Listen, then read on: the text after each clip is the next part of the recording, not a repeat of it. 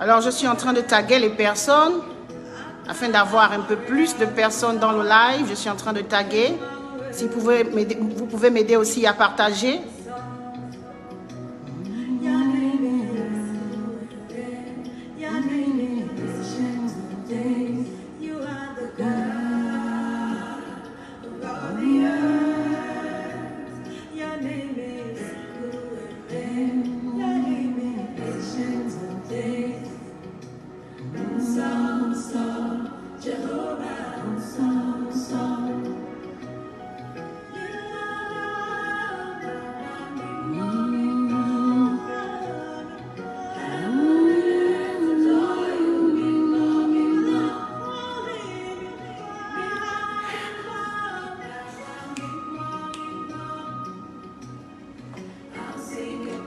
Partagez le live.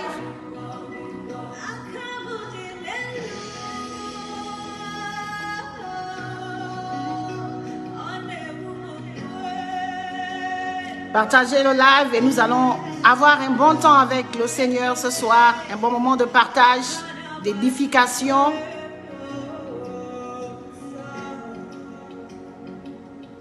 Invitez le minimum de personnes que vous pouvez inviter. Invitez un leader parce que c'est un message qui concerne l'Église du Seigneur. Et l'Église est structurée.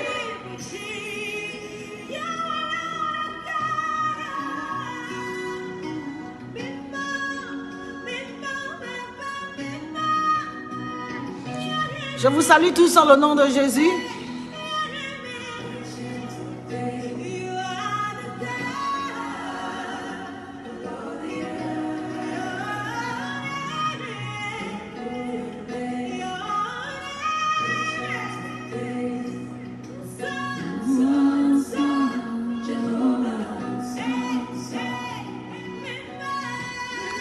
Partagez le live.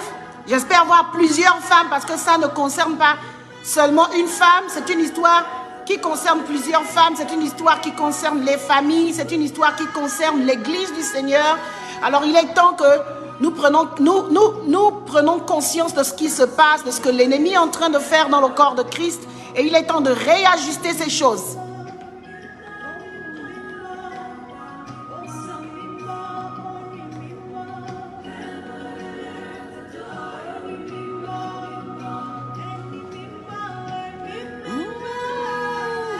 Nous allons commencer dans 1 minute.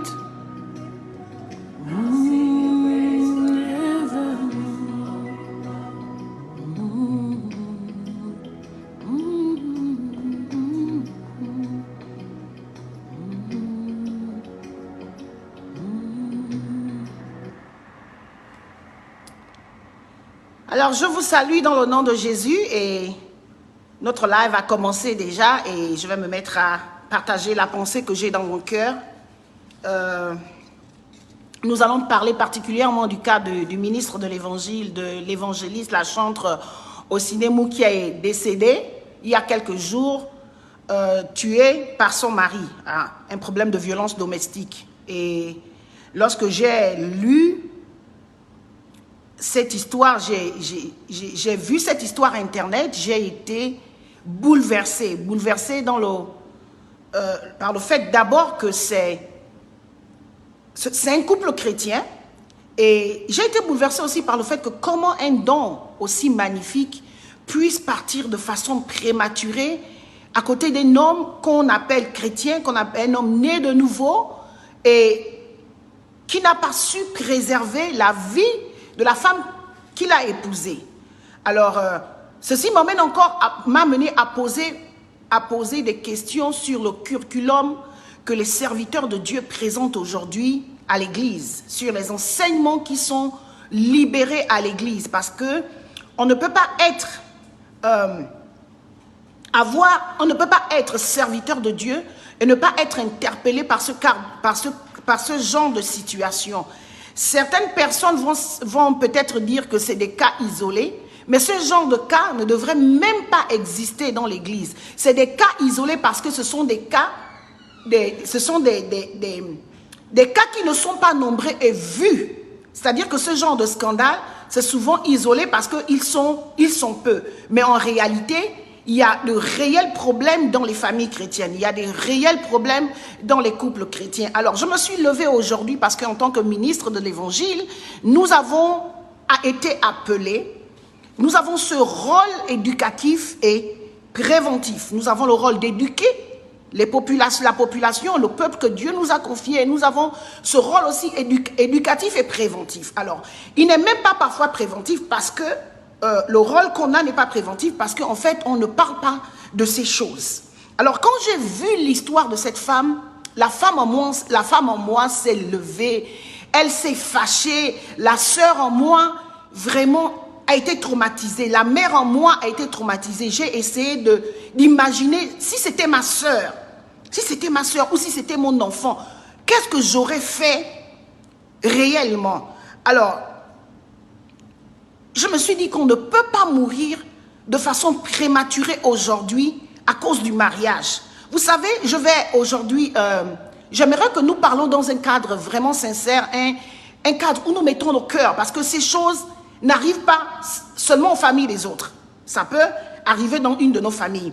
Et nous embrassons vraiment ce sujet avec beaucoup de sincérité, avec beaucoup de compassion, avec beaucoup de maturité. En fait, l'Église a tendance à fuir ce genre de sujet parce que les gens même à qui Dieu a confié le peuple, ce sont même parfois les premiers à pratiquer ce genre de choses. Ce qui fait qu'aujourd'hui, le curriculum à l'Église, le curriculum qu'on présente dans l'Église, les enseignements qu'on présente, n'est pas soutenu dans le sens qu'en fait, on ne rentre pas dans les détails de ces choses. On n'enseigne pas ces familles, on n'enseigne pas les hommes. En général, de façon naturelle, la femme est préparée pour aller au mariage parce que depuis son bas âge, on met l'accent sur l'éducation, de comment est-ce qu'elle doit se comporter, de comment est-ce qu'elle doit tenir sa maison, de comment est-ce qu'elle doit être une femme. Mais il est rare qu'on enseigne les hommes comment ils doivent se comporter. Et ça, c'est un grand problème. C'est vraiment un grand problème. Alors, je voulais simplement retracer le fait que le mariage ne fait pas de nous des personnes entières. Donc, personne n'a le droit de mourir dans un mariage. Le mariage ne fait pas de nous de personnes complètes, ni notre partenaire ne fait pas de nous une personne complète. C'est Jésus qui fait de nous une personne complète. Le mariage, en fait, c'est un bénéfice en tant qu'être humain.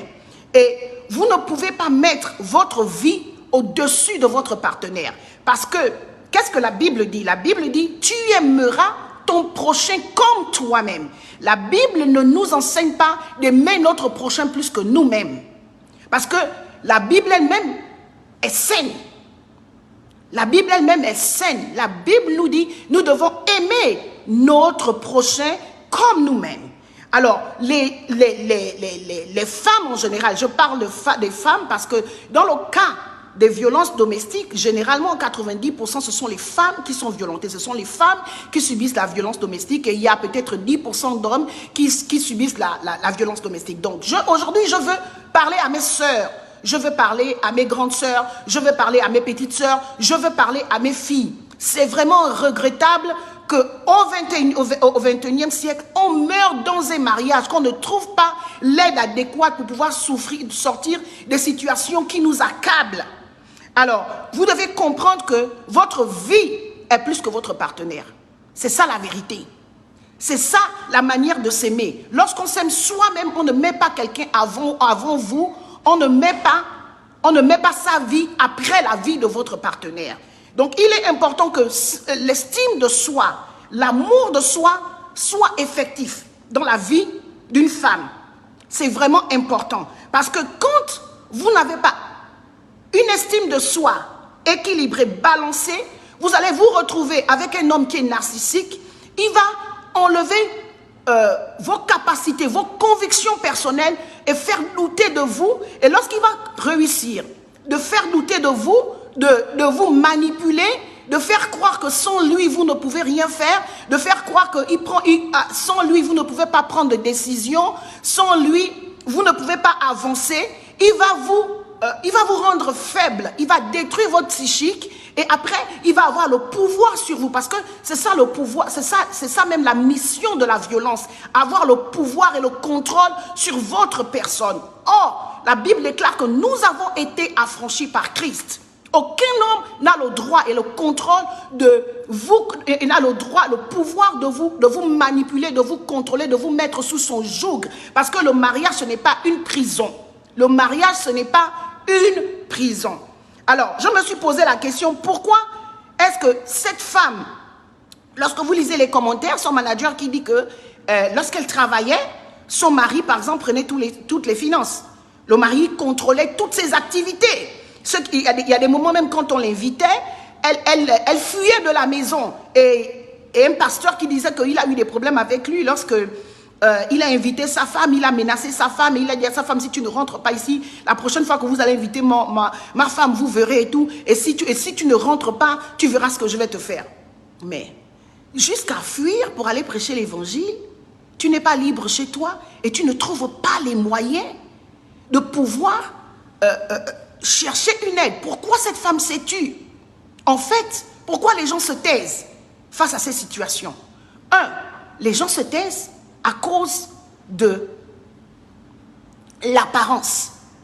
Mais vous savez, lorsque une situation est mauvaise, vous n'avez pas besoin de sauver votre apparence. Il est mieux de parler pour qu'on trouve une solution. Si vous avez parlé et qu'on n'a pas trouvé la solution, que ce mariage se casse, tant mieux, vous aurez sauvé votre vie. Mais les gens se taisent parce que, ils veulent sauver l'apparence. Les gens se taisent parce qu'ils ne veulent pas se sentir vulnérables. Oh, qu'est-ce que les gens vont penser de ma foi? Surtout les chrétiens, hein? Qu'est-ce que les gens vont penser de ma foi? Qu'est-ce que les gens vont dire de moi? Qu'est-ce que... On n'a rien à foutre de ce que les gens vont penser de toi quand ta vie est en danger.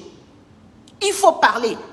N'aie pas peur d'être vulnérable parce qu'il y a des mauvais jours comme il y a des bons jours dans la vie d'un être humain. Et si ce sont des mauvais jours qui peuvent précipiter tes jours dans le tombeau, vaut mieux en parler. Jésus lui-même qui nous a sauvés, à un moment donné à la croix, il a été vulnérable. Il a dit, Élie, Élie, Élie, lama sabachthani. Pourquoi m'as-tu abandonné? Jésus lui-même, il a été vulnérable. Il s'est exposé à la croix. Pourquoi ne pas montrer sa vulnérabilité? Vous pensez peut-être que l'homme qui vous a épousé est la seule personne qui vous a aimé. Mais avant qu'il ne vous rencontre, vous aviez vos familles.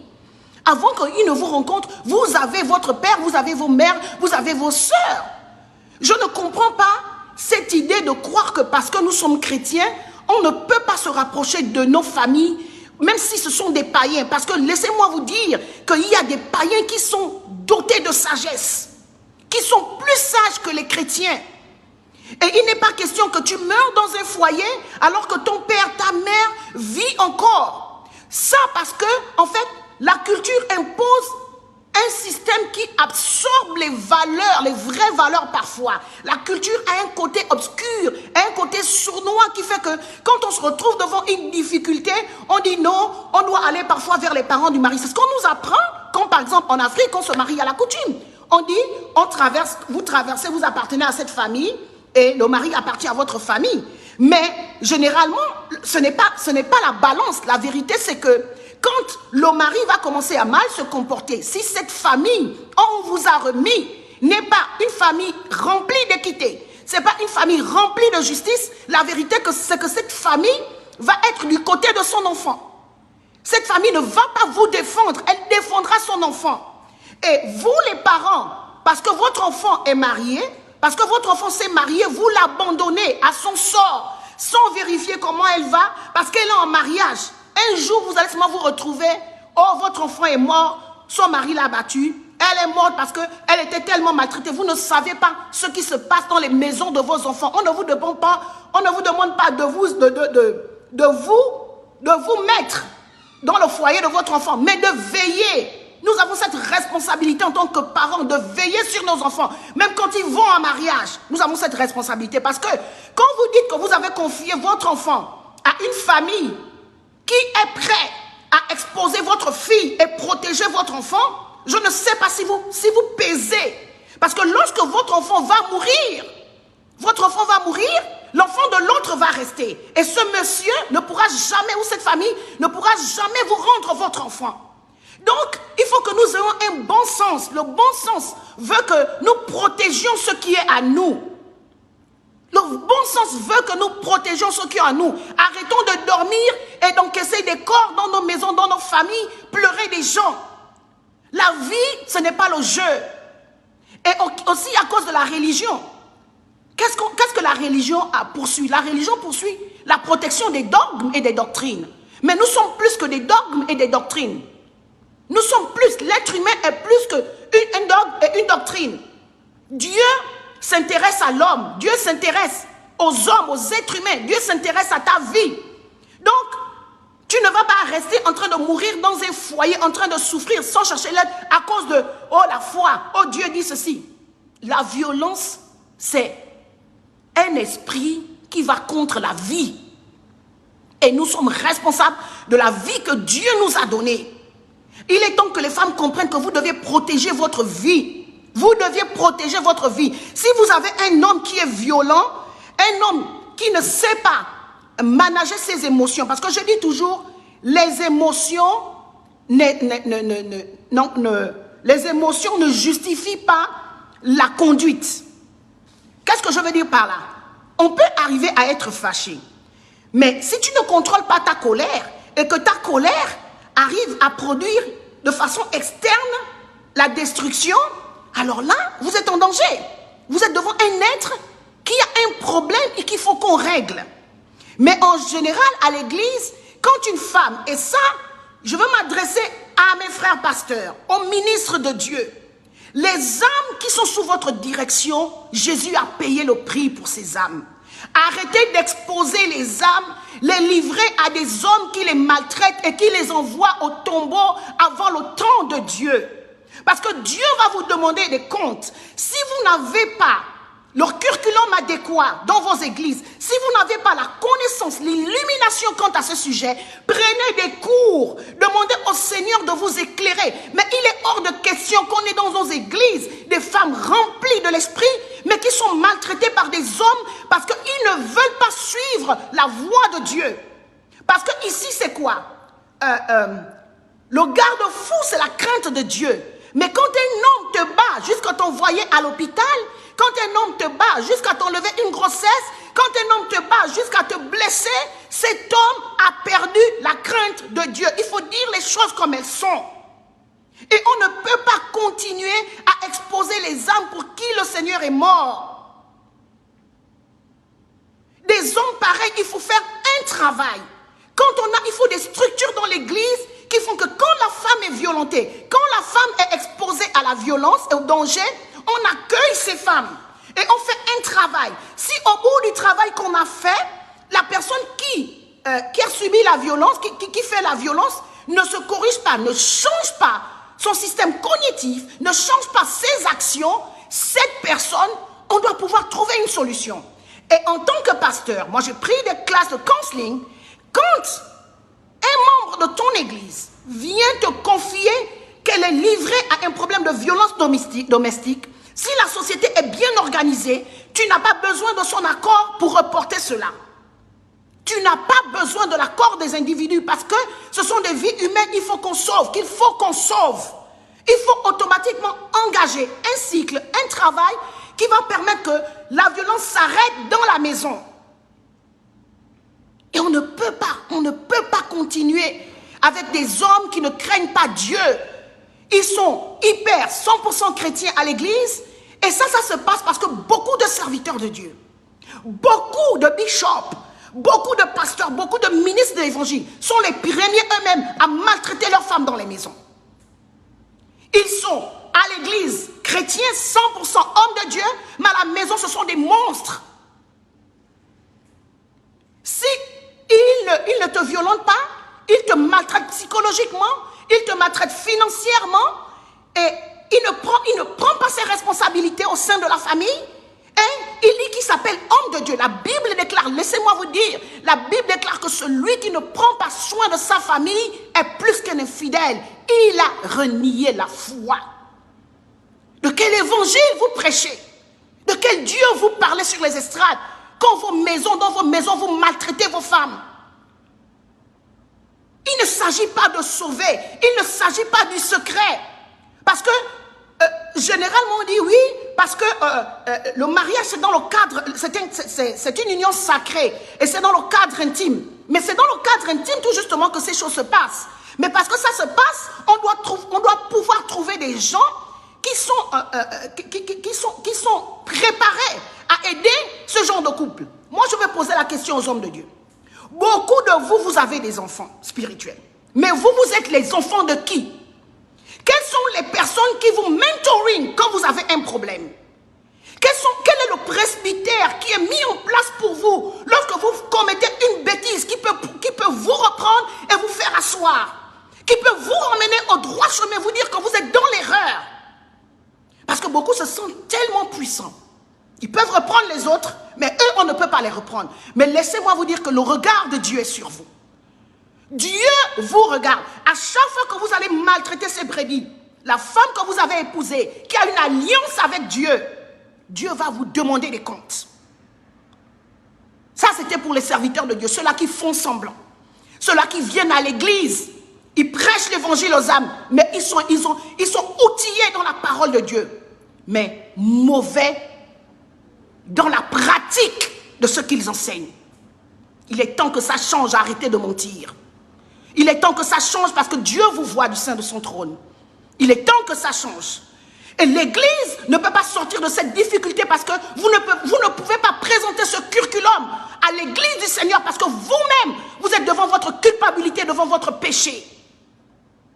Vous avez besoin de changer. L'Église ne peut pas continuer avec ce genre de témoignage. On ne peut pas avoir des gens qui s'appellent chrétiens et qui ont des témoignages plus vilains que les païens. C'est terrible, ce n'est pas normal. Il faut que ça change. La crainte de Dieu doit revenir dans les cœurs. Parce que quand même l'homme ne te voit pas, Dieu qui est dans les cieux te voit.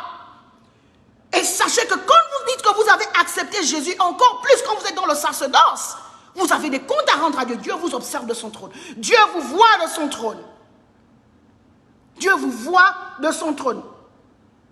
Donc, je veux dire à mes sœurs, je veux dire aux filles, aux jeunes filles qui ne sont pas encore mariées, faites attention au syndrome de « je suis amoureux ». Ce gars est bien, ce gars vraiment, depuis que je l'ai rencontré, il est gentil, il est ceci. Jeune fille, faites attention à ce syndrome. Parfois, vous êtes amoureuse de l'émotion, mais vous n'êtes pas amoureuse de sa personne. Parce que vous n'avez pas encore connu son caractère. Une des grandes choses d'une personne narcissique, c'est de pouvoir vous séduire. Parce que c'est ça la part du gain. C'est ce qu'il fait. La personne narcissique, au début, va vous séduire, va vous montrer ce côté séducteur, que vous êtes la femme de sa vie, que vraiment vous êtes une personne honorable. Mais dès qu'il vous a, il commence à changer votre psychique. Il commence à jouer avec vous. Vous montrer qu'il peut prendre les décisions pour vous. Vous montrer que vous ne pouvez pas décider. Ce qu'il pense est mieux. Vous n'avez pas le droit de décision sur votre vie. Vous n'avez pas le droit de décision sur vos finances. Une femme pareille, elle faisait des concerts et on dit que le mari avait la même mise sur son argent. C'est pas normal. C'est toi qui travailles, même si c'est ton mari. Tu as le droit de jouir du fruit de ton travail. Quelqu'un ne peut pas venir contrôler le fruit de ton travail. Nous pouvons partager, mais il n'est pas question que je travaille et tu m'exclus, tu m'isoles de ce qui m'appartient. Les femmes, réfléchissons. Réfléchissons. Quand tu te retrouves déjà une fois, deux fois, trois fois dans une situation pareille, il faut revoir les choses. Et ça m'amène à réfléchir sur le genre de régime qu'on choisit quand on se marie. Ça m'amène à réfléchir. Parce que beaucoup de chrétiens le font parce qu'ils disent « Oh, nous sommes mariés par des biens communs, donc ce qui est à ma femme est à toi. » C'est vrai sous une mesure, ce qui est à ta femme est à toi. Mais il y a le respect. Le fait que individuellement, c'est elle qui a apporté la chose. Donc tu dois respecter ce qui appartient à ta femme. Tu dois respecter. Et c'est un travail de collaboration. Mais tu ne prends pas et tu exclus la femme. Et je veux parler à ces femmes-là qui sont là, toujours en train de dépendre aussi des hommes. Parce que beaucoup de femmes ne sortent pas de cet appart. Parce qu'elles dépendent financièrement, économiquement des hommes. Les femmes, soyez fortes économiquement. Soyez fortes, même si tu es maman à la maison. Ce n'est pas ce qui fait de toi une personne qu'on ne doit pas honorer. Au contraire, tu fais un bon travail. Mais ça ne veut pas dire qu'on doit te piétiner. De là où tu es à la maison, tu peux produire. La femme de Proverbe 31, elle produisait dans l'agriculture, elle produisait dans le real estate, dans les maisons. Elle produisait dans... la Bible déclare qu'elle voit un champ. Elle voit un champ et elle acquiert ce champ. Alors beaucoup de femmes restent sous la part de la violence des hommes qui te maltraitent, qui te minimisent parce qu'elles ne peuvent pas produire de l'argent. Si vous êtes forte économiquement, vous partez de là. Vous partez de là. Donc, les femmes, travaillez. N'attendez pas de dépendre des hommes. N'attendez pas, parce que c'est ça le grand problème. Beaucoup de femmes, elles vont dire, oh, mais je n'ai pas l'argent, je vais faire comment? Et je vais dire encore aux parents, veillez sur vos enfants qui sont partis en mariage. Parce que, je vais dire quelque chose qui va vous choquer, la famille de son mari n'est pas sa famille. C'est ça la vérité. C'est une famille prêtée. Ce n'est pas sa famille. La famille de son mari n'est pas sa famille. Si dans cette famille, elle ne trouve pas des gens épris de justice, des gens remplis d'amour, lorsqu'il y aura des problèmes graves au point où sa vie sera exposée, mes amis, les parents, chers parents, votre enfant va perdre la vie. Pendant que vous jouez la balance de dire que votre beau-fils est votre enfant, eux dans cette famille, ils ne considèrent pas votre enfant. Ils ne protègent pas votre enfant. Donc ayons les pieds sur la terre. Un œil fermé pour prier, mais un œil ouvert pour voir les réalités de la vie. Ne soyons pas naïfs. Ce n'est pas parce que nous sommes chrétiens. Un œil fermé pour prier et un œil ouvert pour observer tout ce qui se passe. Et les femmes, ne vous laissez pas voir. Ne vous laissez plus avoir. Ne vous laissez plus avoir par peur de divorcer. Dieu ne va jamais vous condamner si vous sortez des mariages où votre vie est en danger. Laissez-moi vous le dire. Dieu ne va jamais, jamais, au grand jamais. Le mariage est une affaire de deux personnes responsables quant à la vision que Dieu leur a donnée. Si vous mettez du vôtre et l'autre en train de saboter au point d'exposer votre vie, il faut réfléchir 2, 3, 4 fois avant que vous ne perdiez prématurément votre vie. Donc arrêtez ça, arrêtez de mettre la parole de Dieu là où Dieu n'est pas. Dieu n'est pas dans la violence, Dieu n'est pas dans les comportements mesquins des hommes machistes. Dieu n'est pas dedans. Et tout justement, la prédication de l'évangile aujourd'hui devait préparer les femmes à sortir du mouvement machiste depuis des années, qui est établi depuis des années. Parce que l'évangile vient pour renouveler nos pensées. L'évangile vient pour changer notre façon de faire. Donc je vous en supplie, lisons la parole de Dieu. Conformons-nous à la parole de Dieu. Arrêtez de ne pas craindre Dieu. Arrêtez de ne pas craindre Dieu et arrêtez d'exposer des personnes que Dieu vous a confiées. Chers pasteurs, il est temps de revoir le curriculum que vous offrez à l'église. Arrêtez ces histoires. Oh, Dieu va vous bénir. Dieu va nous bénir. Aussi longtemps qu'on reste attaché à Dieu, Dieu va nous bénir. Mais enseignez l'essentiel. Enseignez le basique. Enseignez le renouvellement du caractère, le changement du caractère quand un chrétien est né de nouveau. Parce que sert-il à un homme d'avoir tous ses biens quand son caractère est pourri? Dehors, il est gentil avec tout le monde, mais dès qu'il rentre à la maison, il est le monstre. Tout le monde fuit, tout le monde a peur d'être à côté de lui. Quel est cet évangile? Si ça ne touche pas là le cœur, ça commence d'abord par toucher le cœur. Après avoir touché le cœur, ça doit pouvoir toucher la famille. Et quand ça touche la famille, ça touche la société. Ce n'est pas le contraire. Ce n'est pas le contraire. Alors, je voulais vraiment mettre la base de cette discussion. Et je vais laisser la parole à quelques personnes pour me dire ce qu'elles pensent de ce cas. Et vraiment, nous allons nous édifier. Nous allons nous édifier. Donc, je vais lancer, je vais ouvrir je vais appeler, ceux qui veulent parler, ceux qui veulent dire quelque chose pour édifier. Alors, je vais vous laisser la place. Donc, envoyez simplement une demande. Vous envoyez une demande, vous voulez parler 5 minutes au plus. Vous envoyez une demande et puis si vous voulez renchérir ce que j'ai dit, si vous voulez poser des questions, vous voulez apporter quelque chose, un témoignage ou quelque chose pour nous édifier, alors nous allons le faire. Alors envoyez simplement une demande. Vous envoyez une demande, je vais vous laisser passer. Je vais être avec Blaise qui va m'aider parce que ces histoires de technologie, je ne maîtrise pas ça bien. Tu peux venir me voir. Il y a quelqu'un qui a lancé, je crois. Ok.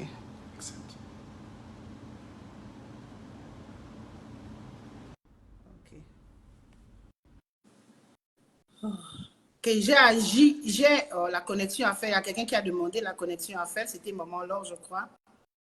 Vous pouvez envoyer votre requête. Je vais répondre aussitôt. Celui qui veut intervenir, qu'il envoie la demande et nous allons discuter, nous allons nous édifier.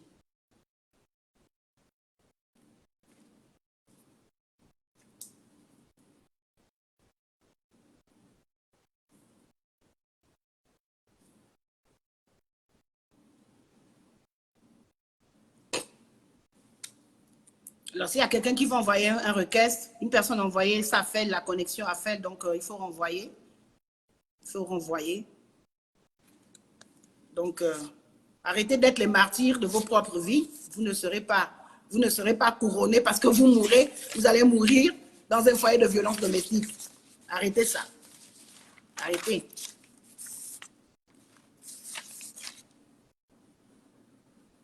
Est-ce que vous devez savoir, c'est que même Jésus s'est inscrit en faux à la tradition. Il s'est inscrit en faux sur certaines parties de la tradition. Et il a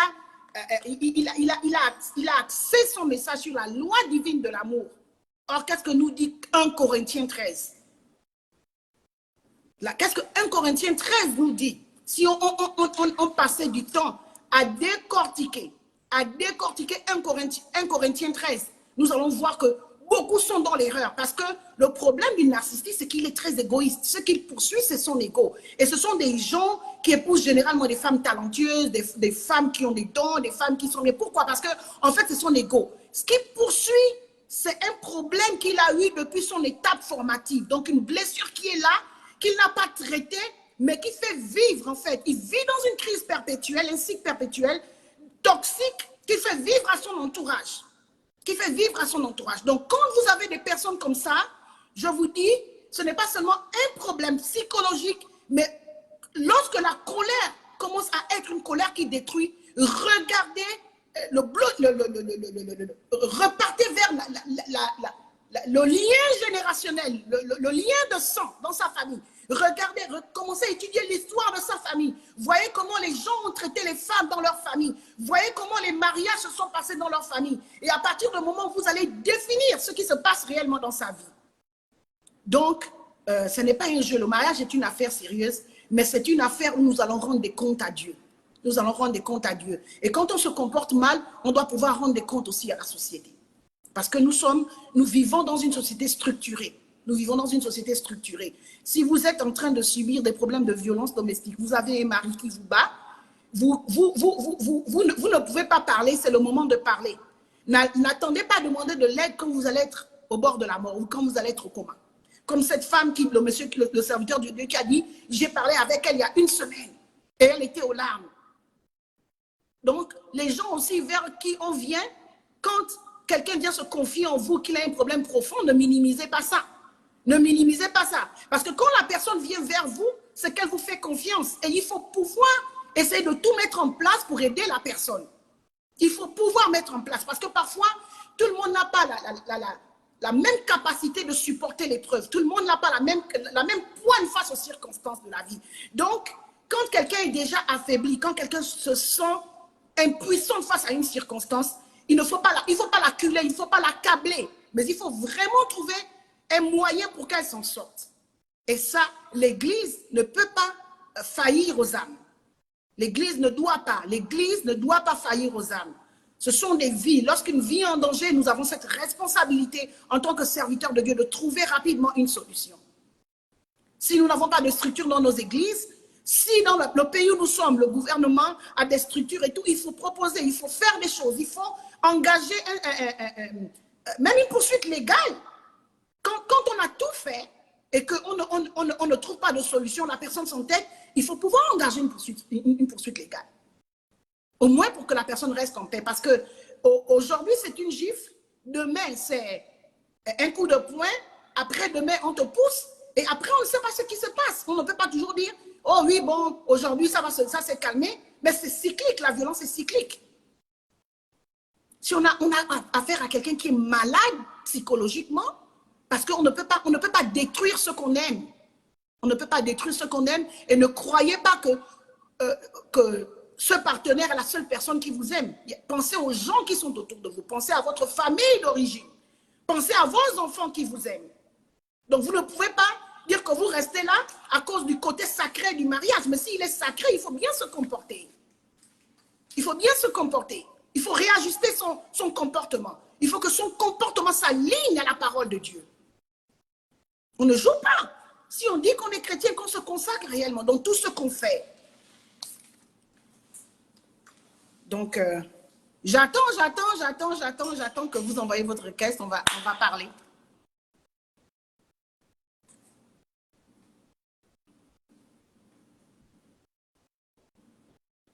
Donc, trouvez de l'aide vers les gens qui vous aiment. Ne suivez pas cette histoire de la culture parce qu'on vous a épousé, il faut aller parler aux parents du mari. Les parents du mari, ils ne prendront jamais, surtout en Afrique. Ayez les pieds sur la terre. Je vous ai dit un œil ouvert pour prier et un œil fermé pour prier, un œil ouvert. Les parents du mari, si ce ne sont pas des gens épris de justice, si ce ne sont pas des gens qui ont la crainte de Dieu, même s'ils sont chrétiens, ce sont les premiers qui vont vous abandonner dans cette difficulté où vous pouvez mourir. Ou seront les premiers même à prendre la part de leur enfant et vous laisser mourir. Donc vous avez vos parents, retournez vers vos parents. Cette histoire de dire que parce qu'on est chrétien, on ne peut pas parler à nos parents, c'est faux.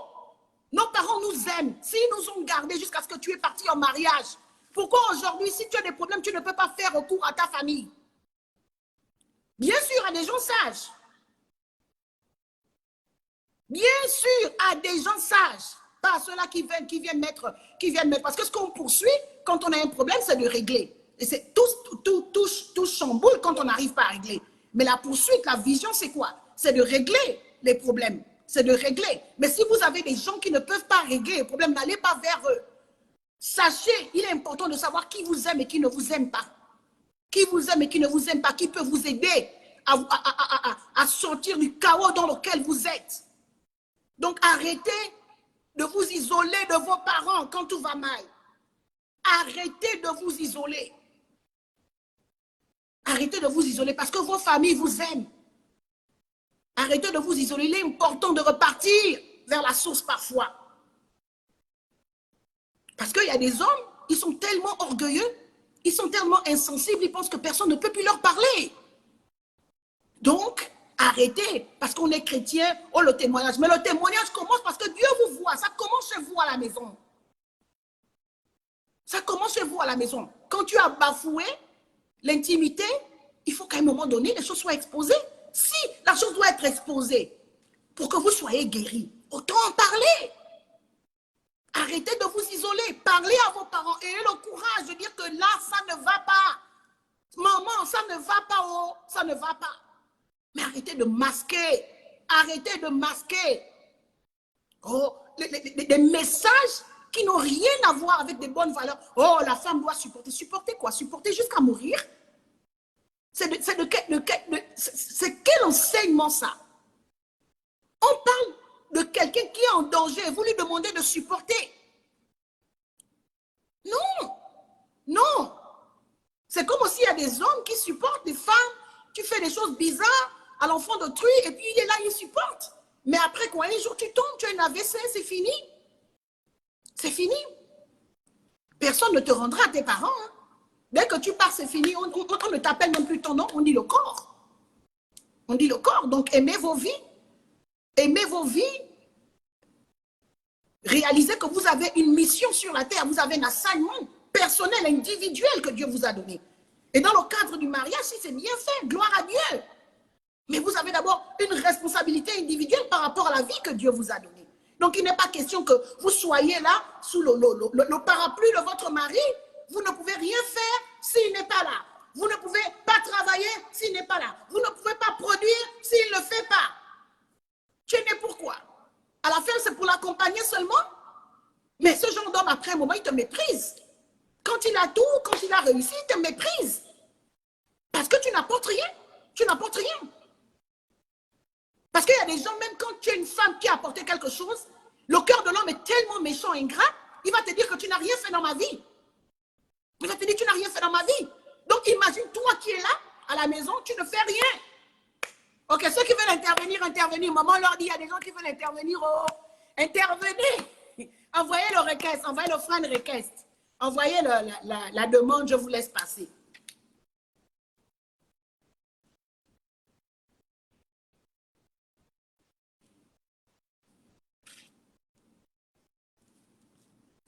Je vous attends, oh, je ne vois pas. On m'a dit qu'il y a des gens qui veulent intervenir, mais je ne vous vois pas dans les requêtes.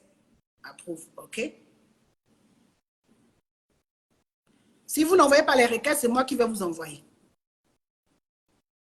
Je vais piquer quelqu'un, je vais lui demander de nous édifier par rapport au sujet. Nous sommes en train de partager dans le cadre familial, le cadre de la communauté, bénir la communauté. Vraiment, c'est important que chacun donne son point de vue. Parce que vous ne savez pas ce que vous avez, ça peut aider quelqu'un, même une personne qui n'est pas au live, qui va venir écouter après. Donc, voilà.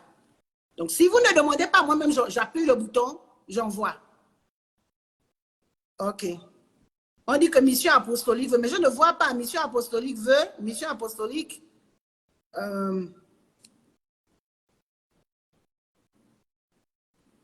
ne vois pas.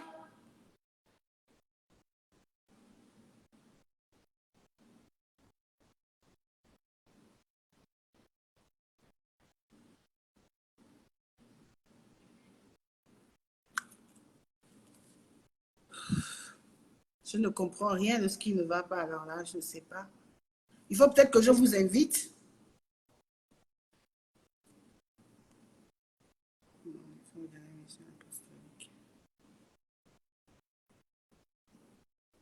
C'est là. OK.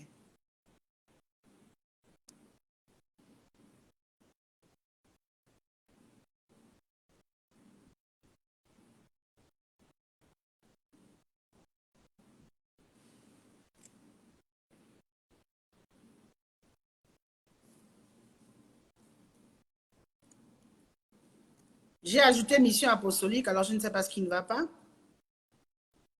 OK. OK, il y a la parole. Oui, bonsoir, bonjour. Il faut augmenter le micro parce que je n'entends pas. Bonjour, bonsoir ma fille, comment ça va? Tu m'entends là? Oh oui. Voilà, excuse-moi, je suis un homme, peut-être que tu attendais mon épouse, mais on peut intervenir. Oui, il n'y a pas de problème. OK. J'espère que ton mari se porte bien et qu'il te traite très bien parce que tu viens de parler de l'importance de la famille comme tu es ma fille. Certainement, j'ai le souci qu'il te protège bien et te garde très bien. Voilà. Mon intervention, d'abord, c'était te remercier pour ce sujet. Et merci d'être intervenu dans ce sujet qui est très délicat. Et ce que je voudrais dire, c'est que c'est dommage et c'est triste. Est-ce que je dois présenter mes condoléances à ce cas qui est arrivé à la sœur dans le couple chrétien? C'est difficile, hein? C'est difficile parce que, encore une fois, l'Église a mauvaise réputation. Voilà. Ce que je voudrais dire, c'est que ce dont tu parles, c'est très important. Et je suis à la 30e année de mon mariage. Donc, au 8 août prochain, ce sera 30 ans avec mon épouse, que tu connais bien sûr. Et j'ai commencé à dire au Seigneur déjà, merci d'avoir permis que nous arrivions à ces 30 ans. Et j'ai comme élevé ma propre femme, parce que je me rappelle, elle est la femme de ma jeunesse. Alors, il aurait pu peut-être arriver un accident dans le mariage, mais je te bénis, Père éternel, parce que tu as toujours été la troisième corde. Amen. Donc, il faut dire que dans le couple, il y a toujours des dangers qui peuvent venir. Le diable est là, il manifeste souvent la résistance des choses, mais nous devons veiller. Lorsqu'on a conscience de ça, on peut éviter beaucoup de problèmes. Parce Amen. que tous les couples, il y a toujours des problèmes. Amen. Mais il faut éviter justement d'en arriver à ce qui est arrivé. Voilà, nous devons toujours veiller à cela. Alors donc, et puis, tu as parlé beaucoup de la famille, mais il y a deux aspects que je voudrais souligner qui font souvent blocage. C'est premièrement la réputation dans le couple, pardon, mais cela vraiment un point. La réputation, ça dit qu'on a des choses, un serviteur veut sa renommée, la femme regarde ou l'homme regarde, alors on fait taire tout, on supporte tout, jusqu'à boum, voyez-vous, voilà. Donc la réputation qu'on veut sauvegarder est un obstacle justement à pouvoir aller vers l'extérieur pour prendre un témoin, un conseiller. Et souvent, les conseillers qui sont pris dans les mariages, à quoi ils servent? Ils ne servent à rien. Si on vérifie bien, ils ne servent à rien. Pourtant, ils devaient aller vers les couples pour dire, bon, est-ce que ça va très bien? Jouer ce jeu, ce rôle, de façon qu'en posant la question, ce n'est pas une intrusion, mais c'est un jeu qui répond, n'est-ce pas, au jour J, lorsque vous êtes mariés, il y avait des témoins. Et on n'a pas choisi les témoins n'importe comment. On les avait choisis parce qu'ils étaient des spirituels. Hein, on s'en souvient, ton mariage ou mon mariage, on prend toujours des témoins qui sont dans le décor de la vie spirituelle, n'est-ce pas, du couple. Amen. Voilà. Ah, c'est un point. Le deuxième point que je voulais souligner, c'est, je ne veux pas que je l'oublie, c'est, alors là, il y avait deux points, mais écoute, je ne sais pas, parce que je ne voudrais pas laisser la place. Tu parles au cadre de la famille? Non, oui, la famille, vous savez, la famille, bon, c'est vraiment aller vers la famille, en fait, il y a 3 points. Hein. La famille est le 3e point. Mais ça, là, c'est en dernier, quoi. Réellement, c'est en dernier. Mais j'ai perdu la file des idées sur le 2e point. Mais nous devons faire toujours très attention. C'est ce que je demande et que ce que je voudrais ici conseiller à tous ceux qui écoutent. Parce que le mariage est beau, il est bon. Amen. Mais nous devons faire toujours très attention, très attention. Voilà. Le 2e point, c'est l'hypocrisie pastorale. Donc, tu as souligné. Non, frère, moi, je ne comprends pas. Je ne comprends pas. Je ne comprends pas. L'homme de Dieu, doit exercer son ministère dans son lieu, dans sa maison, la première église. Alors, comment faire des années avec être un mercenaire, un méchant dans sa propre maison et être un grand bishop? Je ne comprends pas cette équation. Tout à fait. Non, c'est pas possible. Donc, vraiment, tu as raison de parler des hommes de Dieu. C'est mauvais. C'est une mauvaise attitude. On rentre à la maison, tout le monde fuit. Non, on doit être au contraire. Cet homme qui reçoit la princesse. Non, moi je ne le dis pas pour faire le beau ici. Hein, non. Ma femme est la lumière de la maison. Elle est la lumière, elle est dans mon ministère. Et je sais que, comme tu as souligné, depuis, les femmes, nous sommes dans la décennie, nous sommes dans la dispensation où les femmes maintenant sont rentrées dans le ministère. Et je dis bien, moi j'ai Genèse 2,18. Moi j'ai dit, faites attention quand vous faites prêcher vos femmes. Est-ce que vous avez reçu une révélation? Moi je ne copie pas parce que les autres femmes sont rentrées dans le ministère ou les hommes les ont fait rentrer. Moi j'ai reçu ça par révélation. Hein, que la femme est l'aide de l'homme. Et la femme n'est pas l'aide seulement pour laver les assiettes, faire le lit. Elle est importante sur la chose la plus importante de ma vie. Voilà pourquoi j'ai dit, je laisse ma femme prêcher parce que j'ai des excuses devant Dieu. C'est ma femme. Tu me l'as donnée comme une aide. Voilà pourquoi j'ai dit à ma femme, mais viens prêcher parce que j'ai besoin de toi. Dieu m'a donné une révélation dans mon ministère que tu as une place. Et je vois la grandeur, la révélation de ma femme, la révélation de l'appel de mon épouse. Amen. Ce sont des princesses. Alors, donc, dans notre vie spirituelle, il y a quand même un écho de la femme dans notre ministère. On ne peut pas être aussi hypocrite dans le ministère et puis agir avec tant de méchanceté. Mais, je ne sais pas. Je ne sais pas. Cet homme, qu'a été sa vie pendant les 3, 4 ou 6 précédents mois? Alors, la vie, c'est difficile, c'est difficile. Je ne le juge pas, hein. Je ne le juge pas. Mais le côté réputation et le côté sacerdotal sont à revoir. Sont à revoir vraiment pour que nous puissions avoir avec nos femmes ce que Dieu nous a mis. Proverbe 18, 22. Alléluia. Celui qui a trouvé une femme à trouver Le bonheur. le Amen. bonheur. Et ça lui vient de Dieu. Alors, en tant que serviteur de Dieu, déjà ça, si ça ne va pas, il faut aller discuter ce proverbe. Ah non, Seigneur, ce que tu dis là, je ne suis pas d'accord avec toi. Et le Seigneur va nous montrer, il va nous montrer le bon côté. Non, on regarde mal nos femmes. Il peut changer notre vue, notre approche et nous montrer le bon côté et non d'être narcissique comme tu viens de tu le dis. Voilà. Donc, c'est un peu ces deux points-là que je voulais souligner. Vraiment, la réputation et ce ministère caché, l'hypocrisie. Ça, c'est vraiment redoutable. Alors, aller vers les parents, oui, on peut aller vers ses parents.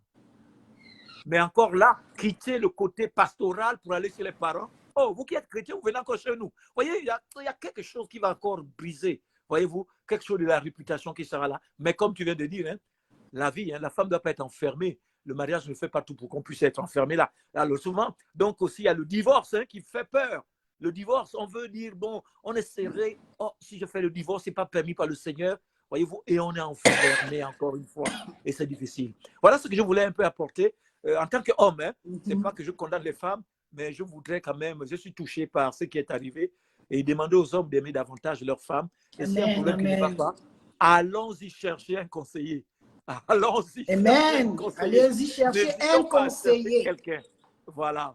Voilà ce que je voulais dire. Que le Seigneur te bénisse, ma fille, et que ton mari te traite très bien parce qu'il écoute ma voix. J'attends de lui une bonne conduite envers toi. Que Dieu soit béni. Amen. Merci, tonton. Alors, vraiment, nous sommes édifiés. Nous sommes édifiés. Merci, merci beaucoup. Alors, quelqu'un qui veut intervenir, docteur veut intervenir, qu'elle passe, qu'elle lance l'appel.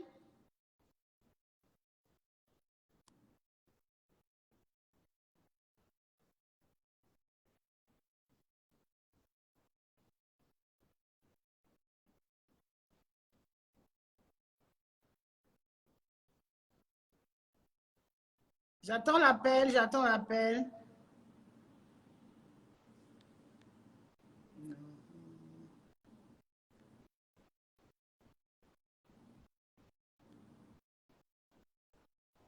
OK, j'ai lancé.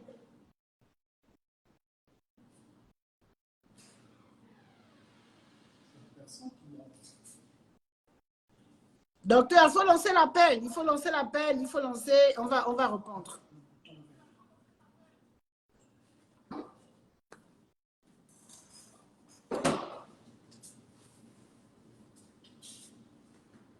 OK, elle dit qu'elle ne se retrouve pas. Je ne sais pas comment faire. Il faut voir, appuyer le bouton vert.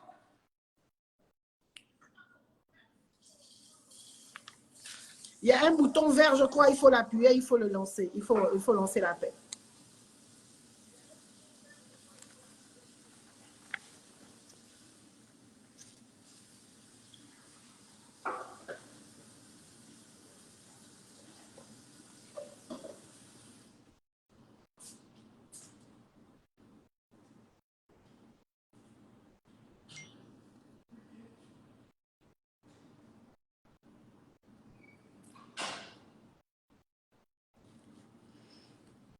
Alors, je ne vous vois pas, docteur. Si quelqu'un d'autre veut lancer l'appel, si quelqu'un d'autre veut intervenir, en attendant qu'elle se retrouve. Je vais prendre à peu près 5 personnes encore. Quelqu'un dit, mais dans la page, on ne voit pas l'endroit où on demande de rejoindre. Si, il y a un endroit où c'est écrit 5 requêtes pour intervention. Dans le live, il y a deux, je crois, deux petites figures, et vous allez voir la requête. C'est en vert. C'est en vert les deux petites figures que vous voyez. Il y a deux petites figures. Il y a la première figure et la deuxième figure. La deuxième où il y a deux têtes. Il y a deux têtes et là, vous lancez l'appel.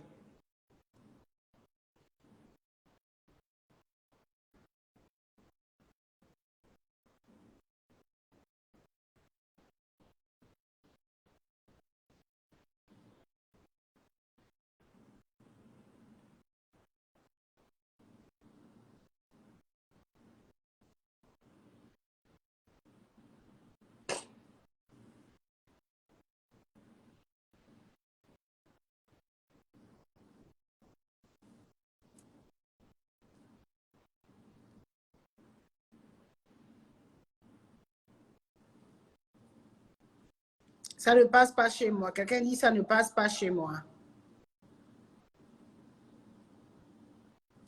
Ok, je vois maman Laure, je ne sais pas. Elle veut parler, on dirait. Je ne comprends pas. Normalement, en principe, ça devrait passer. C'est vert, vous appuyez, vous insistez, vous lancez l'appel, ça va passer. Je vais essayer de prendre quelqu'un moi-même.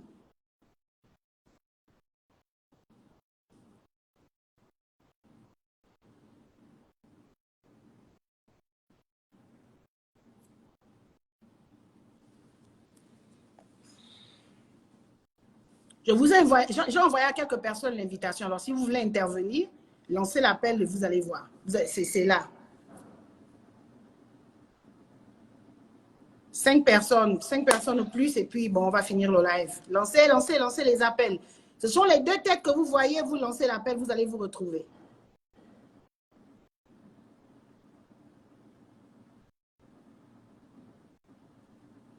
OK.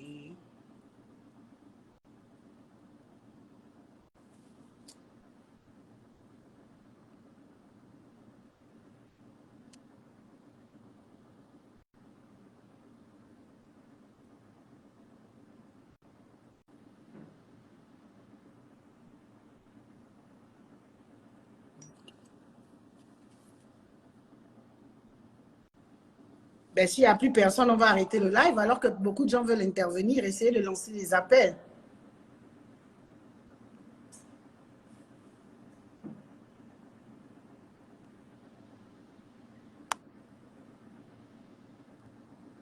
Allow your viewers to request to join as a guest in your broadcast. OK? OK. Vous pouvez relancer encore. Essayez de relancer.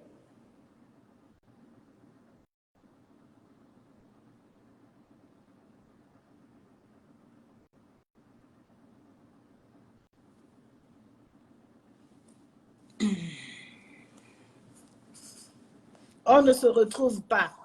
Vous voyez, il y a plusieurs icônes sur le live. On ne retrouve pas le signal vert. Alors, regardez, je vais vous montrer. Vous voyez ici, il y a plusieurs signaux. Quand vous voyez share, vous voyez ici, vous regardez ici, il y a share. Vous voyez le petit truc vert là, celui-là. C'est ça. À côté de share, il y a les cœurs, il y a tout ce qui, comme icône là. Donc, le truc vert là, vous appuyez, vous lancez le request, la demande, et je vous prends. C'est ce truc vert. Est-ce que tout le monde a vu?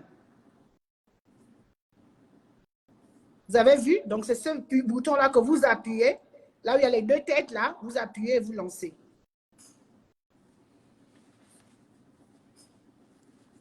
OK, j'ai vu 2 requêtes. Je vais vous prendre. Approuve.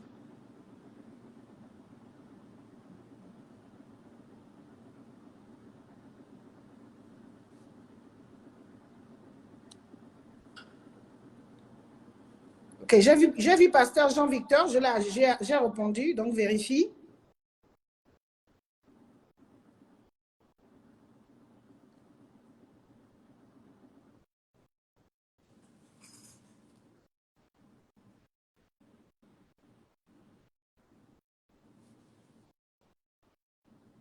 Je vois Fabrice Bicalou, je vois Pasteur, non?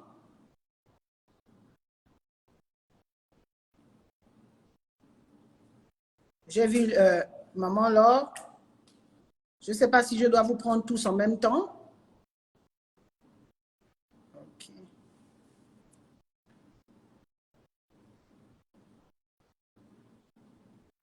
OK, c'est en train d'arriver, je crois. Hein?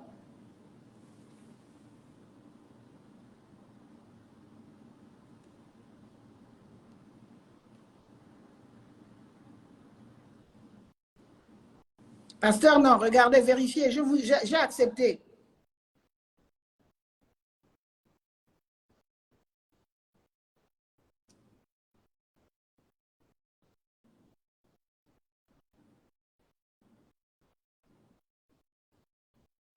Je ne sais pas si c'est un problème de connexion parce que c'est en train de tourner.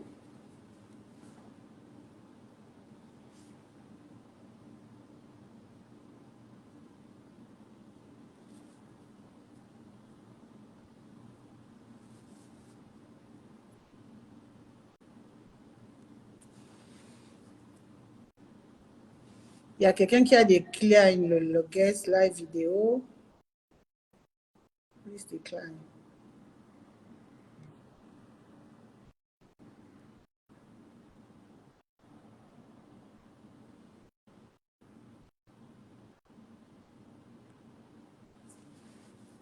Oh. Maman, alors la connexion est encore faite, mais il y a quelqu'un, j'ai envoyé encore, ok. C'est la connexion.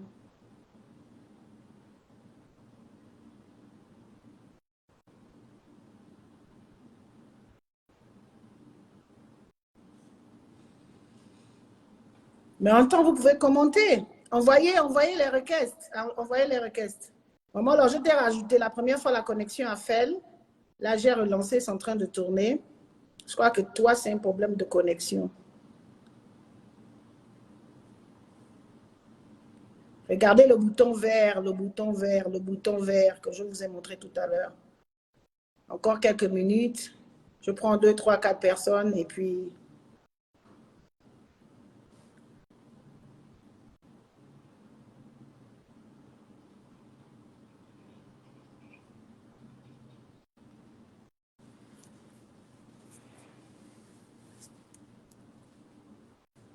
Lancez l'appel, lancez l'appel, lancez l'appel.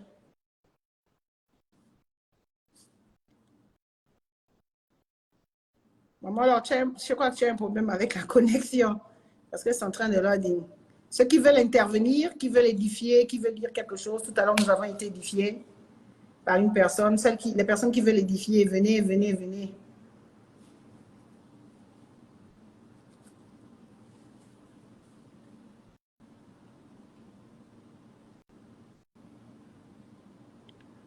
Je vais ajouter quelques personnes à la conversation, si vous me permettez. 2, 3 personnes. Si votre connexion est bonne et si vous me voyez, si vous voyez l'invitation, acceptez simplement. Maman, alors, ton truc décline. Je ne sais pas pourquoi.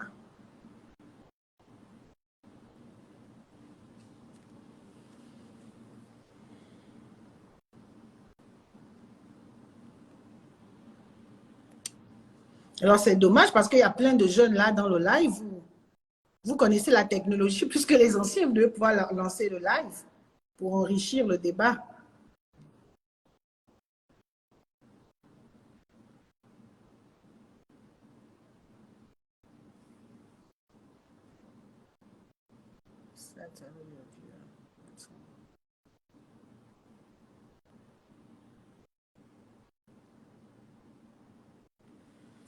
Ok, puisqu'il n'y a pas de personnes, alors la technologie a ses caprices. Quelques personnes qui essaient de lancer la connexion fail. Nous allons... Ça, ce n'était que la partie 1. Ça, ce n'était que la partie 1. Nous allons reprendre alors la prochaine fois. Préparez bien vos téléphones. Moi, là, les choses là sont compliquées. Oui, c'est compliqué. Moi, je suis à côté. J'ai autant à côté de moi. Les garçons sont toujours en train de m'aider. Donc, quand je ne comprends pas quelque chose, ils sont là. Alors, j'espère que nous avons été édifiés par ce sujet. Nous allons revenir. Ce sera une série et il faut vraiment qu'on éveille les consciences. Il y a quelqu'un qui a envoyé le frein. J'approuve. OK. Il y a Myril Nadia qui a envoyé. Alors, j'ai approuvé. Je crois que maintenant, il reste que la connexion, prie que la connexion passe. Essayez d'attendre ce que ça donne. Vous savez, le diable n'aime pas ce genre de choses quand on essaye d'illuminer les gens, d'éveiller les consciences, de reconstruire la maison de Dieu. Parce que dans le livre, dans la Bible, on dit nous essayons de reconstruire la maison qu'avaient bâtie nos parents. Donc, la Bible est le fondement sur lequel nous nous appuyons. La Bible est notre fondation, c'est notre boussole. Nous devons toujours avoir référence à la parole de Dieu. Même quand on dit que... Myril l'a dit, on a accepté, donc on attend. Je crois que c'est en train de tourner. OK, elle est là. Joanne, je crois qu'elle est là. C'est en train de tourner. Toujours avoir référence à la parole de Dieu. On a accepté, donc on attend. Oh, c'est bon, hein? Tu es connecté, Myril Nadia. C'est pas Myril Nadia, c'est docteur. On a un petit souci de connexion. OK.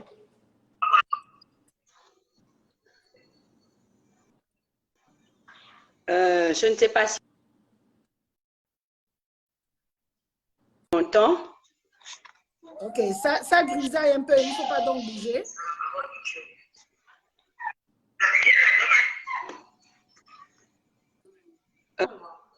Je me vois, mais je ne sais pas si on m'entend. Moi-même, je ne m'entends pas.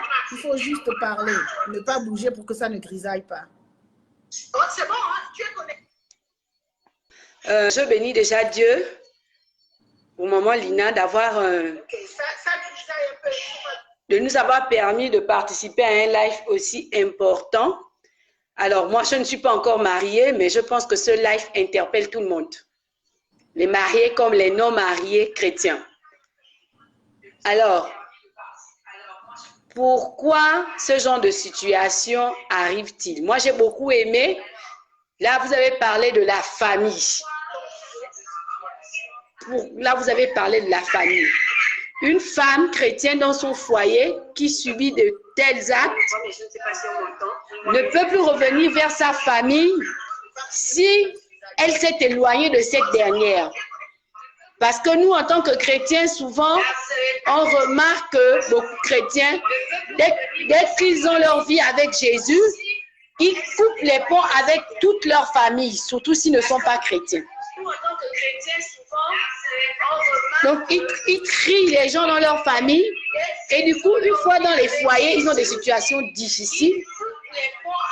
Ils ont coupé les ponts avec leur foyer. Ils sont comme bloqués maintenant, perdus. Ils ont un manteau de honte sur eux qui font qu'ils ne peuvent plus revenir vers les pas pour exposer les différentes situations qu'ils vivent dans leur famille. Cette situation est fréquente dans les foyers chrétiens, malheureusement. Je peux me permettre parce que j'ai vécu ça. J'ai vécu deux situations dans mon milieu professionnel, des couples chrétiens, où même un homme chrétien a battu sa femme étant enceinte. Quand elle vient à l'hôpital comme ça, je suis sidérée. C'est quoi le souci? Docteur, il faut fermer le micro chez toi. Ici, il y a des gens qui fuient. On dit que fermer quoi? Arrête le micro parce qu'on entend l'écho. Oh là là, je n'entends pas bien alors. Je suis sidérée.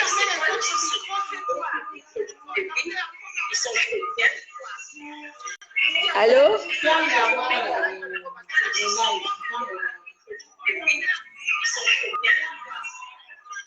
Allô? Il faut parler, on écoute. Seulement que les gens qui sont là doivent fermer les micros, leurs micros. Ok, d'accord, ils sont fermés. Voilà, c'est donc, du coup, moi j'ai vécu ce genre de situation.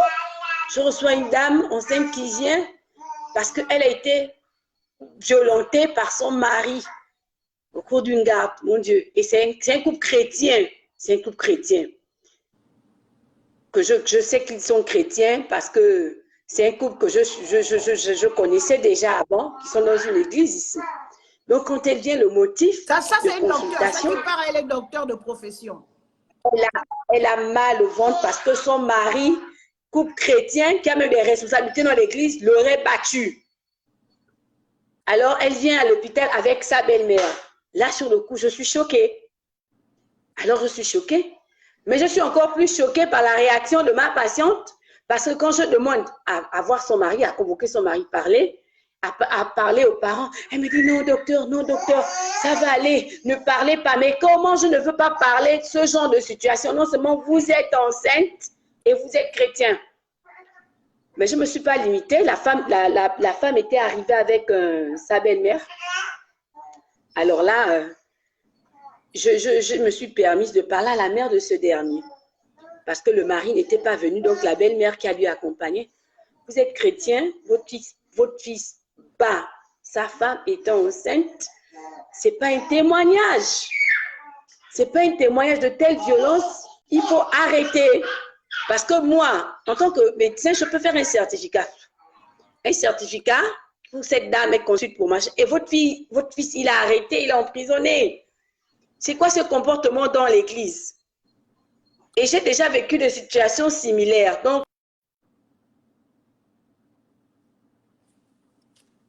surtout par rapport aux femmes chrétiennes. On se marie pour être heureux. Le bonheur, c'est pas cacher ses souffrances et faire paraître de l'extérieur. Non, ça, c'est pas le bonheur. Ça, c'est l'hypocrisie, comme disait pas Fernand tout à l'heure. C'est de l'hypocrisie. Lorsque tu es en danger, tu te sens en danger dans ton foyer, il y a les médecins, il y a des assistantes sociales. Si dans ta famille, tu ne peux pas retrouver recours, il y a des médecins, il y a des assistantes sociales. Il y a des psychologues, viens rencontrer quelqu'un. Au moins, ces personnes-là pourront vous aider à faire des procédures, mener des enquêtes et établir un lien pour pouvoir arrêter cela. Ou bien encore, dans le cas contraire, prenez vos bagages, allez-y un temps chez vos parents, chez un ami intime, chez quelqu'un, pour prendre un repos, pour parler. Parce que ce sont des situations vraiment dévastantes, dramatiques, accablantes dans le milieu chrétien. Tout à fait. Dans le milieu chrétien. Et il faut insister, vous les pasteurs, parce que nous sommes les fidèles, les pasteurs. Donc, lorsqu'on fait un mariage, il y a un suivi.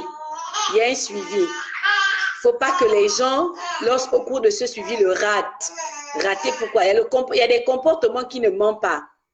Tu es fiancé à quelqu'un, ce fiancé a un comportement brutal à ton égard, il a déjà eu à faire des actions brutales de violence à ton égard, mais tu insistes dans ce mariage, mais il va te taper et arriver à la mort un jour. Yes, tout à fait. Ce sont ces comportements où on est faux envers nous-mêmes et on est faux envers Dieu parce qu'on veut se marier. Moi, je veux me marier, mon fiancé me bat déjà, mon fiancé a un comportement de violence, je camoufle parce que je vais aller dans le foyer.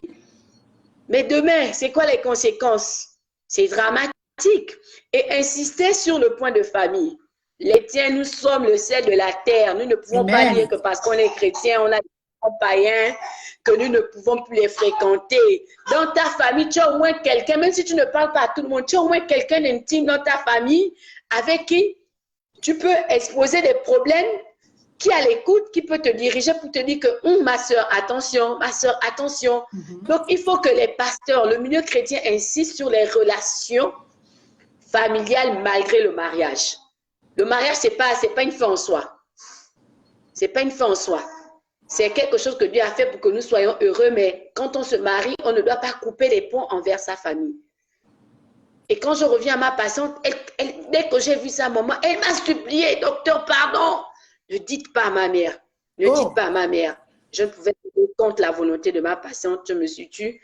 Mais j'ai eu l'occasion de parler avec la maman du monsieur qui était là et la femme. Donc, ce sont des comportements qu'on rencontre dans le milieu chrétien. Il y a beaucoup d'exemples. Donc, vraiment, qu'à travers de ce live, les femmes qui sont, le message de fin que je peux donner, les femmes qui sont battues, il y a des associations, il y a des psychologues, il y a des médecins, hein, même de façon anonyme, vous écrivez, on peut vous retrouver pour vous sortir de ces situations. Ce serait dommage qu'on perde une vie parce que on est resté dans une illusion de mariage que Dieu a dit il ne faut pas divorcer. Mieux vaut divorcer et gagner le royaume de Dieu que de mourir avec toute cette haine, cette colère parce que ton mari te bat, il te tape. Ça engendre des frustrations. Ta relation, ta communion avec Dieu n'est plus la même. Tout à fait. Tu es frustré. Tu renies même ton Dieu. Mais si tu cherches une paix avec ton Dieu, il faut que tu sois capable d'ouvrir ton cœur et d'en parler pour sortir de là et gagner surtout le ciel. Donc, c'est mon mot de fin et Yamiri l'a dit à qui voudrait intervenir. Ok. Alors, ici, nous avons le juriste qui va peut-être nous parler en tant que juriste. Justement, je voulais intervenir parce que, bon, déjà, je voulais déjà interpeller surtout les pasteurs et toutes les personnes qui sont censées être aussi des protections pour les femmes ou les hommes, hein, parce que les hommes battus aussi existent, hein, même si on n'en parle pas souvent, ils existent dans les foyers. Il ne faut pas seulement rester stricto sensu dans la Bible dit qu'il ne faut pas divorcer pour laisser les gens souffrir dans les foyers. Il faut aller au-delà. Lorsque quelqu'un est dans des souffrances émotionnelles, il faut savoir l'accompagner. Alors, pour les femmes ou les hommes battus, moi, je vais juste donner des petites pistes. Lorsque le premier coup a lieu, si on est au Gabon, l'hôpital général est la structure habilitée pour faire les certificats médicaux. Il y a des médecins qui sont donc choisis par le tribunal de grande instance de Libreville. Ils sont comme des experts. C'est chez eux, c'est vers eux qu'il faut aller. N'ayez pas peur d'aller à l'hôpital général, établir votre certificat médical. Il faut toujours le faire. Vous pouvez aussi faire exprès de preuves. N'ayez pas peur de mettre en place des débuts de preuves pour vous sauver d'une situation. Parce que lorsque vous avez commencé à envoyer des messages, lorsque vous êtes allé voir le médecin pour établir ce certificat médical, lorsque vous avez pris des photos, vous savez qu'à la prochaine récidive, vous pouvez aller prendre un huissier qui viendra constater et vous pouvez demander, même peut-être pas le divorce, mais vous pouvez demander la séparation de corps pour vous protéger. Ça au moins, parce que quand il y a déjà ce pas de séparation de corps pour se protéger, le mari peut revenir dans des meilleurs sentiments. Si c'est pas quelqu'un de... Si c'est peut-être... C'est arrivé, il peut peut-être commencer à se dire, je peux perdre ma femme, je peux... Mais de grâce, ne restez pas silencieuse. Ne restez pas silencieuse. Il y a vraiment des structures pour. Il y a les psychologues dans les hôpitaux, il y a les assistantes sociales. Vous pouvez demander l'intervention des huissiers, des justices parce qu'ils sont assermentés.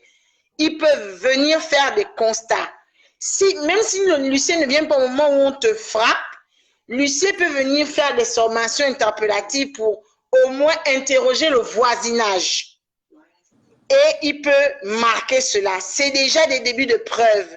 Ce qui fait que le jour où vous voyez que ça devient grave, vous pouvez aller devant le juge pour demander au juge de vous donner l'autorisation de quitter le domicile conjugal pour votre protection.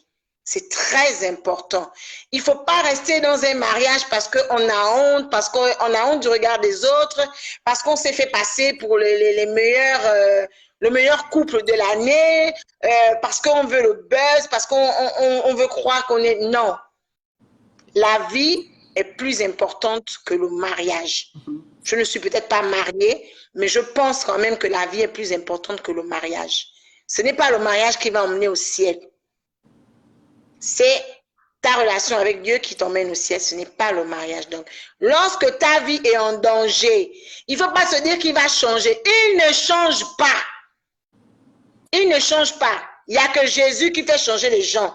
Si le gars là, il n'arrive pas à être correct avec Jésus, ce n'est pas tout en restant en souffrant qui va faire en sorte qu'il change. Il ne va pas changer. Il faut se sauver. Si vous pouvez prendre vos jambes à vos coups, partez. Je suis désolée de le dire, mais c'est la vérité. Parce que si cette sœur avait eu le courage, parce que moi j'ai lu, c'est vrai que l'article était en anglais, mais j'ai lu quand même le responsable de son studio d'enregistrement qui disait que même lorsque elle avait ses royalties pour ses chansons, il prenait tout. Il allait la déposer au studio et il repartait, elle rentrait chez elle à pied. Donc il y avait déjà des maltraitances. Des maltraitances qui étaient visibles en fait. Puisque le garde studio dit qu'il ne connaissait pas le pasteur de l'église de la dame, mais il avait voulu rencontrer le pasteur parce qu'il avait lui-même déjà constaté, pourtant il était une personne externe, mais il avait déjà constaté ces maltraitances-là. Donc ça veut dire que ceux de l'église aussi qui les fréquentaient avaient bien constaté ces maltraitances. Mais parce que on veut être les meilleurs chrétiens du monde, on chante aux gens que la Bible dit qu'il ne faut pas divorcer. Non, mais je pense que la même Bible qui dit qu'il ne faut pas divorcer, la même Bible oblige l'homme à aimer sa femme comme Christ a aimé l'Église, donc à s'oublier pour sa femme. Alors, à partir du moment où l'homme ne réalise plus sa mission protectrice vis-à-vis de la femme, pourquoi elle va rester? Pourquoi elle va rester si celui qui est censé te protéger, celui qui est censé t'aimer, devient ton bourreau? il n'est plus ton époux à ce moment-là. Quand il devient un bourreau, il n'est plus l'époux. À ce moment, il faut partir. Il faut partir. Maintenant, c'est vrai que le mariage est encadré juridiquement et que tu ne peux pas prendre tes bagages comme ça parce que ton mari pourra aller prendre une huissier pour venir constater que vous avez quitté le domicile conjugal. À ce moment, vous mettez en place des procédures pour vous permettre de partir de la maison avec... Il y a un problème de connexion. Je pense que nous avons été édifiés.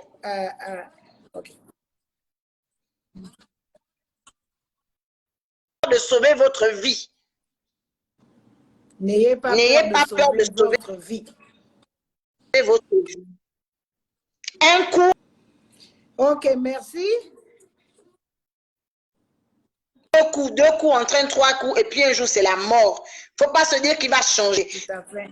Si vous avez supporté un premier jour et qu'il y a eu un deuxième jour, partez. Il y aura un troisième. Tout à fait. Merci beaucoup à notre juriste. Quatrième jour. Voilà, c'était ça. Ok. Merci beaucoup. Merci beaucoup. Merci beaucoup. Intervention très édifiante. La personne qui a parlé, elle est juriste de formation, donc elle nous a donné quelques pistes, ce qu'il faut faire lorsque vous êtes face à la violence domestique. Donc, je crois que vraiment, on a été édifiés. C'est important d'avoir l'information, la connaissance dans tous les domaines pour que, même quand on est dans notre raison, on ne perd pas le fil. On ne perd pas le fil des choses, on fasse bien les choses. Donc, c'est vraiment important, mais je crois que la volonté de Dieu reste à ce que les familles soient harmonieuses.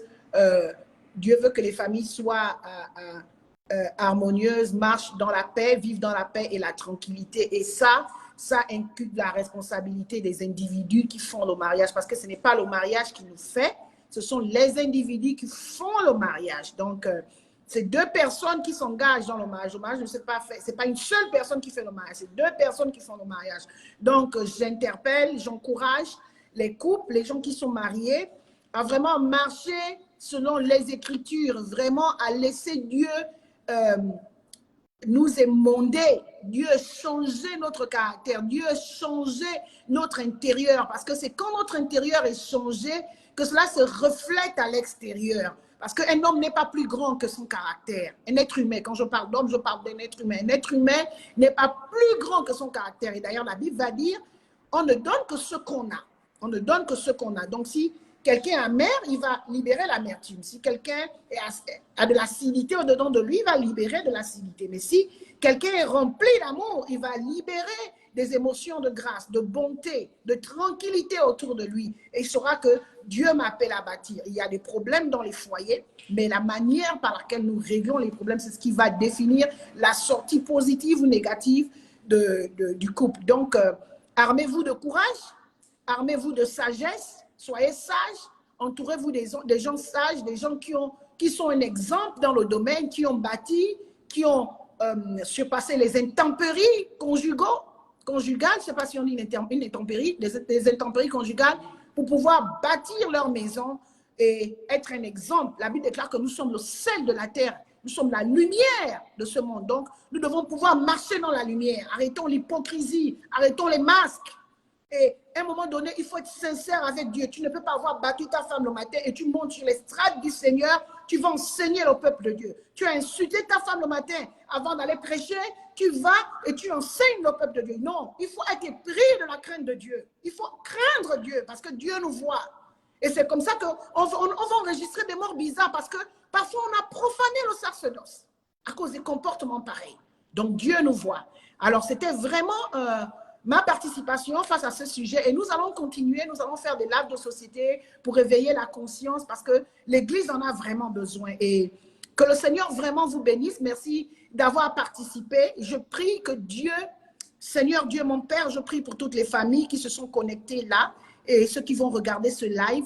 Je prie pour toutes les familles qui sont sujets à la violence domestique, qui sont perdus, impuissants face à une quelconque difficulté.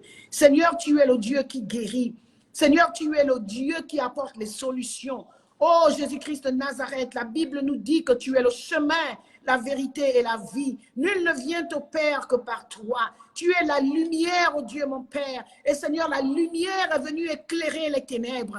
Seigneur, je prie au nom de Jésus que Seigneur, il y ait une éveil de conscience au niveau des serviteurs de Dieu dans l'Église, afin que le curriculum qui présente à ton peuple soit changé, pour que ce peuple soit équipé face aux circonstances de la vie. Et Seigneur, ce peuple marche selon les Écritures. Seigneur, nous voulons au nom de Jésus, Père éternel, que ces messages où on vient nous présenter un faux évangile, un évangile, Seigneur, de prospérité, un évangile qui ne change pas l'intérieur de l'homme, qui ne change pas l'âme de l'homme. Seigneur, tu es venu pour que les âmes soient sauvées. Cet évangile soit banni dans ton église au nom de Jésus, afin de préparer non seulement des familles fortes, mais une église aussi forte, sans tache, ni ride, ni rien de semblable. Seigneur, il n'y a pas d'église sans couple. Il n'y a pas de couple sans famille, oh Dieu, mon Père. Il n'y a pas de famille sans couple. C'est pour cela, Seigneur, nous prions que la première institution que tu as établie à l'Éden, oh Dieu, tu la restaures dans ta maison. Seigneur, tu équipes et tu éclaires au nom de Jésus. Seigneur, merci pour toutes les familles qui sont là. Seigneur, tu bénis, tu restaures, tu fais un travail de fond. Oh Dieu, mon Père. Et tu revois et tu permets, Seigneur, que les gens revoient les conversions à la base au nom de Jésus-Christ de Nazareth. Seigneur, nous voulons t'exalter, nous voulons te glorifier, ce n'est pas le nombre qui compte. Nous savons que, Seigneur, une oreille qui a entendu va édifier une autre personne. Ainsi de suite, Seigneur. Oh Dieu, mon Père, cette réforme va aboutir au nom de Jésus-Christ de Nazareth. Nous te bénissons et nous t'exaltons. Toi, le Dieu d'Abraham, d'Isaac et de Jacob. Toi qui n'as jamais abandonné les tiens. Nous te remettons ton peuple, Dieu, mon Père, avec toutes les difficultés qu'ils ont. Seigneur, règle les problèmes au nom de Jésus. Amen. Merci beaucoup, que le Seigneur veille sur vous et ceux qui doivent dormir, passez une bonne nuit, que Dieu vous bénisse. Merci encore d'avoir assisté à ce live.